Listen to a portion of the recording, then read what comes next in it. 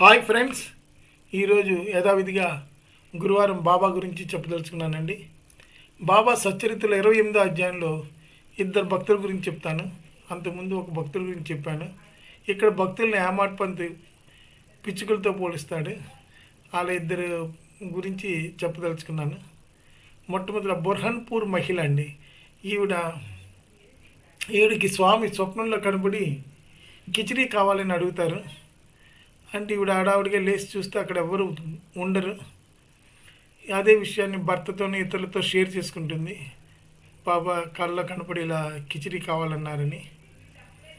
తర్వాత వాళ్ళ భర్తకి, ఆయన పోస్ట్ ఆఫీస్లో పనిచేస్తుంటాడండి, ఆయనకి అకోలా అనే ఊరికి బదిలీ చేస్తారు. అక్కడికి బదిలీ చేసేప్పుడు షిర్డీకి వెళ్ళాలని అనుకుంటారు. దారిలో గోమతీ తీర్థం చూసి అక్కడి నుంచి షిర్డీ వచ్చి షిర్డీలో 2 నెలలు ఉంటారు. షిర్డీ మెయిన్ కిచిడి వండి పెట్టాలని వస్తారు, కానీ అది 14వ రోజు వరకు తటస్థపడదు. చివరికి ఒక రోజు హడావుడిగా ఆవిడ లేచి కిచిడీ చేసుకుని బాబా దగ్గర తీసుకెళ్తుంది. అది సరిగ్గా మధ్యాహ్నం 12 ఆ టైంకి తీసుకెళ్తుంది. ఆ టైం ఇప్పుడు మసీదులో కట్టెను వేసేసి ఉంటారు. కట్టెను వేస్తే ఎవరు లోపలికి రానివ్వరు. ఈవిడ ఇంక ఉండబట్టలేక కట్టెను తీసి లోపలికి వెళ్తుంది. బాబా కిచిడీ గురించి ఎదురు చూస్తున్నట్టు కనబడతాడు. కిచిడీ అక్కడ పెట్టగానే ముద్ద మీద ముద్ద తింటూ కిచిడీ అంతా అవ్వజేస్తాడు. ఈ కిచిడీ కథని ఉన్న వాళ్ళు బాబాకి తన భక్తుల పట్ల అసాధారణ ప్రేమ ఉన్నట్లు విశ్వసిస్తారండి. ఇంకా మూడో పిచ్చిగా మేఘశ్యాముడు. ఇతను చదువురాని శివభక్తుడు. సాటే గారి దగ్గర ఇతను వంట బ్రాహ్మణుడిగా ఉంటాడు. ఇతనికి ఆయన సాటే గారు బాబాని శివుడిగా భావించి వాళ్ళ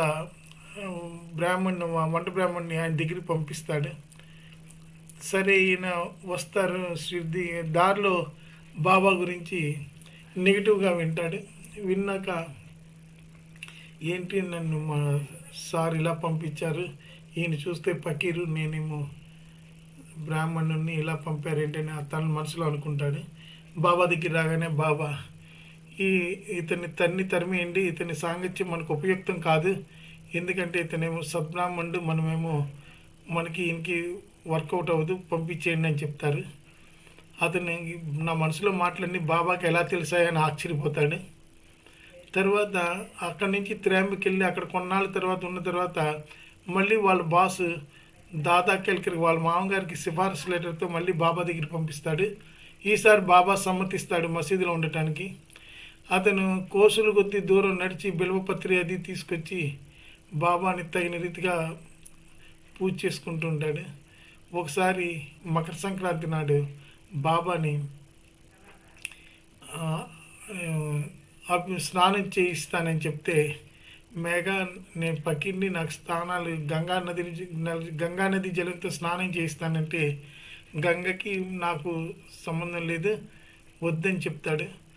ఆయన వినకుండా ఓ పని చేయపోని ఇంకా బలవంతం చేస్తే, ఓ పని చేయి, నువ్వు తల మాత్రమే ముఖ్యం కాబట్టి శరీరానికి తల మాత్రమే తడుపు అని చెప్తాడు. ఈలోపు మేఘశ్యాముడు హరగంగే అనిచ్చు భక్తి పార్వశం మీద మొత్తం నీళ్లు ఒంటి మీద పోస్తాడు. అప్పుడు మొత్తం చూస్తే తల మాత్రమే తడిసి ఒళ్ళంతా పొడిగా ఉంటుంది. అతనికి ఆశ్చర్యం, ఆనందం అంతు లేకుండా వస్తాయి. ఏంటి, నేను మొత్తం పోస్తే ఒళ్ళంతా పొడిగా ఉంది అంటే ఎలా అని అనుకుంటాడు. సరే, ఇతను ఇలా భజన స్వామి సేవలు చేసుకుంటూ ఉండే చివరికి అతను పోయినప్పుడు చాలా బాధపడతాడు బాబా. ఇతను నా నిజమైన భక్తుడు అంటాడు. తర్వాత బ్రాహ్మణులందరికీ చావు భోజీ ఏర్పాటు చేస్తారు. ఈ విధంగా రాయబడి ఉన్నదండి హేమాడ్ పంత్ పుస్తకంలో. మరో అంశంతో మీ ముందుకు వస్తానని తెలియజేసుకుంటూ సెలవు తీసుకున్నాను. బై.